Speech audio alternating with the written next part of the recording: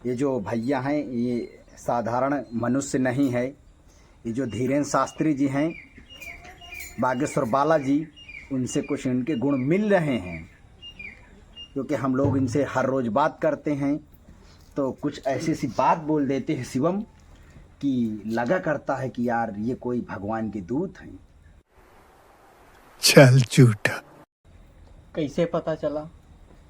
ऐसे हाँ, पता कई चला? बार तो हमें भी पता हाँ। लगा कि मतलब इनसे कुछ भी पूछो हर चीज का जवाब दे देते और बहुत बढ़िया और सटीक भविष्य तक किसी की तय कर देते हैं। लेकिन कुछ ऐसे लोग हैं हाँ। जो इनकी बात का भरोसा नहीं करते, कहते हैं कि ये पाखंड बना रहे हैं।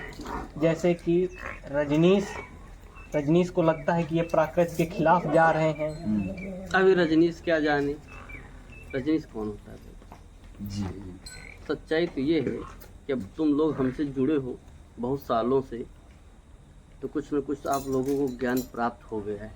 जी। सच्चाई ये है कि डायरेक्ट ईश्वर ने हमको पृथ्वी पर इस समाज को सुधारने के लिए भेजा। यहाँ जो समाज में कुछ कुरीतियाँ घुसी हुई हैं उनको सुधारने के लिए हमको सीधा डायरेक्ट प्रभु ने भेजा। और सच्चाई यही है कि मैं जो कुछ भी बताता हूँ मैं अपने पास से कुछ नहीं बताता हूँ, मैं डायरेक्ट प्रभु को 2 मिनट के लिए ध्यान करता हूँ, वो सारी सच्चाई हमको बताते हैं, तब वही मैं सच्चाई समाज में और आप लोगों से शेयर चलो अच्छा, आज फिर एक क्वेश्चन पूछे, इतिहास के बारे में सही। सारा जो इतिहास यहाँ अभी तक गलत सलत पढ़ाया जा रहा था, बताया जा रहा लोगों को, उस इतिहास को सही बताने के लिए प्रभु ने हमको डायरेक्ट इस पृथ्वी पर भेजा है कि यहाँ जो गलत सलत लोगों में कुरीतियाँ घुसी हुई हैं, गलत सलत अवधारणाएं हैं, इसको सही और सटीक आप बताएंगे तो मैं वही उनका काम करने आया हूँ। ये बताओ कुछ अच्छा, नहीं करता हूँ। अकबर के बारे में थोड़ा सा बताइए। अकबर का नाम कैसे पड़ा और अकबर कौन है? अकबर का भी बहुत इतिहास गलत सलत लोगों को पढ़ाया गया है जी भैया। और वो भी मुझे सच्चाई पता है, लेकिन ईश्वर ने हमसे एक बात और कहा कि तब तक आप अपनी तरफ से कुछ नहीं बताएंगे जब तक कोई आपसे क्वेश्चन न करे। लेकिन आज आप लोगों ने ये शेयर कर दिया जी कि अकबर के बारे में कुछ बताया जाए, तो सुनो फिर। चलो भाई देखो अब मैं क्या करता हूँ।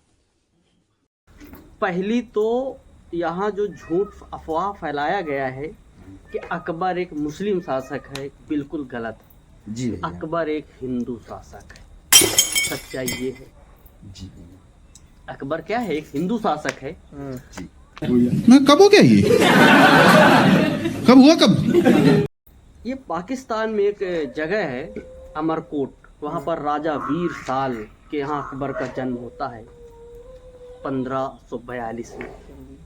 किस स्थान पे, कौन सा शहर का नाम बताए? अमरकोट। अमरकोट कहाँ, राजस्थान में पड़ता है? नहीं, ये राजस्थान पाकिस्तान के आगे पाकिस्तान के बॉर्डर में ही पड़ रहा है। अच्छा अच्छा। राजा वीर साल के यहाँ जन्म होता है अकबर का 1542 में। जी भैया। अकबर की ये सच्चाई है, और सच्चाई तो और है, मैं क्या बताऊँ यहाँ पर।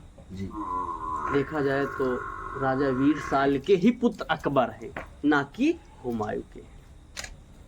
अच्छा। हाँ, अगर उसके बारे में और कुछ जानकारी लेना है कहो तो मैं पूरा इतिहास खोल के रख दूं अकबर का कि सच्चाई क्या है।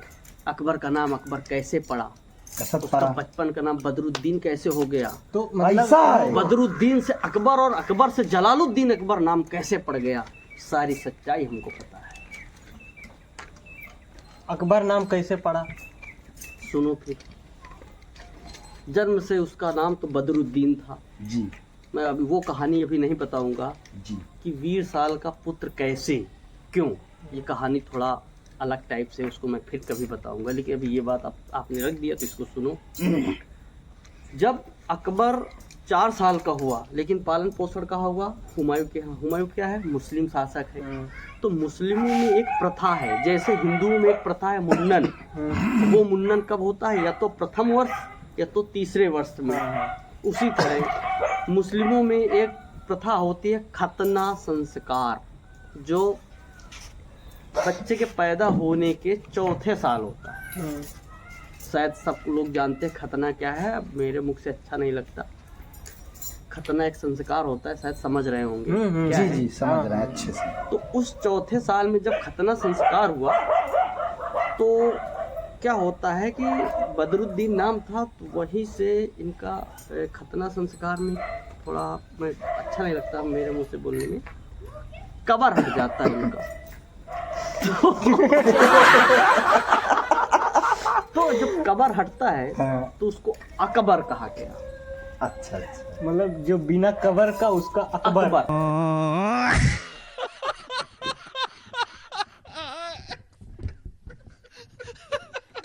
वो बिना कबर का हो गया खतना संस्कार के अकॉर्डिंग, जी। तो अकबर नाम पड़ा।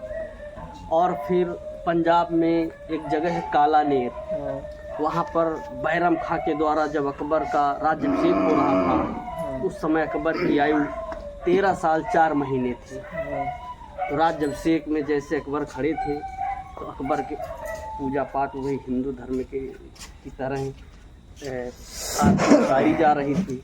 तो अकबर के यहाँ पर ध्यान नहीं दिए, बैरम खां यहाँ जल गए। जैसे जले तो अकबर ऐसे भगे और उस जगह से नीचे गिर गए, तो लूल हो गए। लूल जानते हो? जले भी लूल भी हो गए, तो उनका नाम जलालुद्दीन हो गया। अरे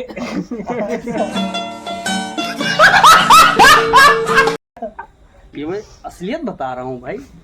तो उस वहीं से उनका नाम पड़ा है, राज्याभिषेक जब हुआ तो वहाँ से उनका नाम पड़ा जलालुद्दीन अकबर। ये पूरी सच्चाई तो और भी आगे इतिहास है, अगर मैं बताने लगूंगा तो शायद 6-7 घंटे लगेंगे।